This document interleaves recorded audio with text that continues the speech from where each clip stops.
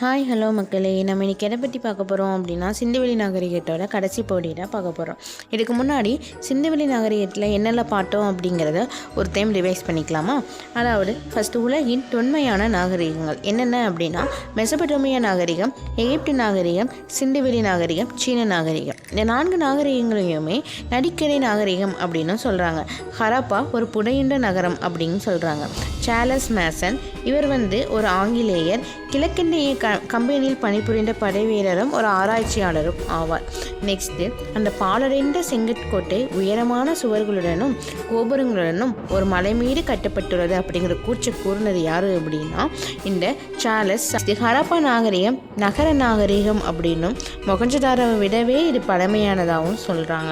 நாகரிகம் அப்படிங்கிற சொல் லத்தீன் மொழி சொல்லான சிவிஸ் என்ற சொல்லிலிருந்து வந்தது.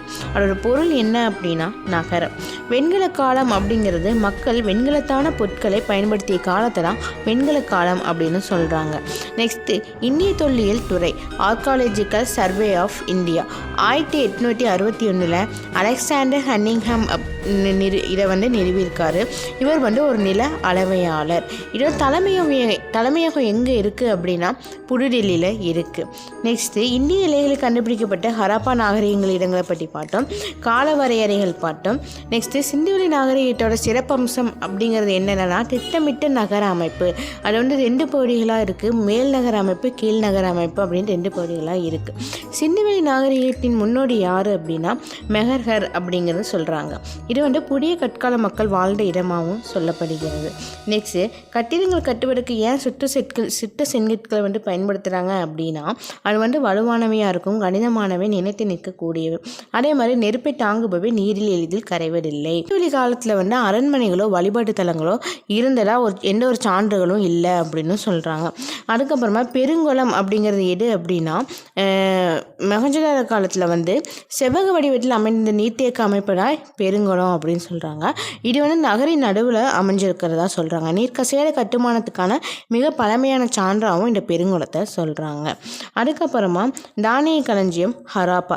செங்கற்களால் கட்டப்பட்ட சுவர்களை கொண்ட அமைப்பு தான் இந்த தானிய களஞ்சியம். இப்போ ரீசெண்டாக எங்கே கண்டுபிடிச்சிருக்காங்க அப்படின்னா ஹரியானா மாநிலத்தில் ராகி ஹர்கி அப்படிங்கிற தானிய களஞ்சியம் கண்டறியப்பட்டது. இது முடிச்சிருந்த ஹரப்பா காலத்தை சார்ந்ததாகவும் சொல்கிறாங்க.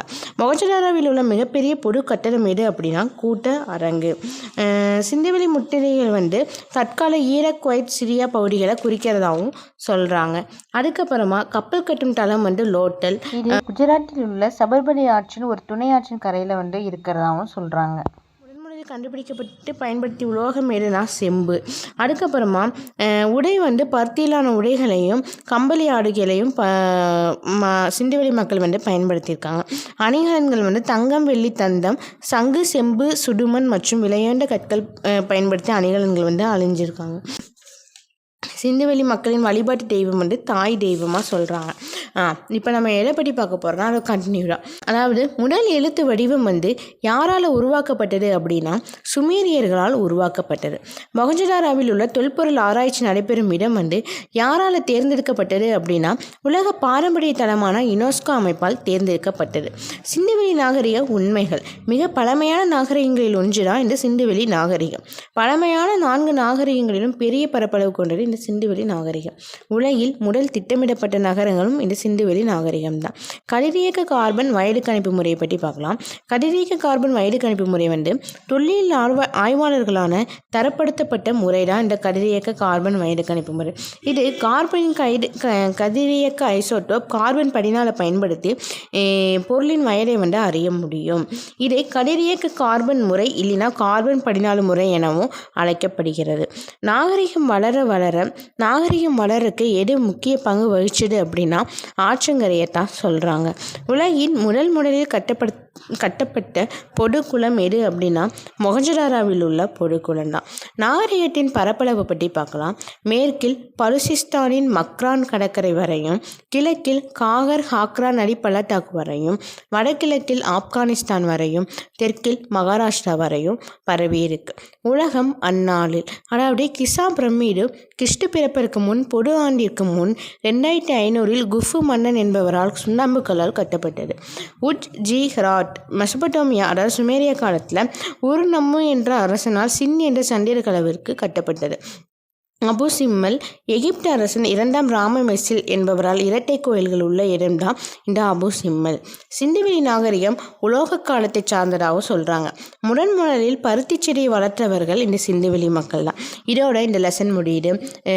அடுத்த லெசன் அடுத்த வீடியோவில் பார்க்கலாம். தேங்க்யூ. மறக்காமல் நம்ம சேனலை சப்ஸ்கிரைப் பண்ணிடுங்க, ஷேர் பண்ணுங்கள், லைக் பண்ணுங்கள்.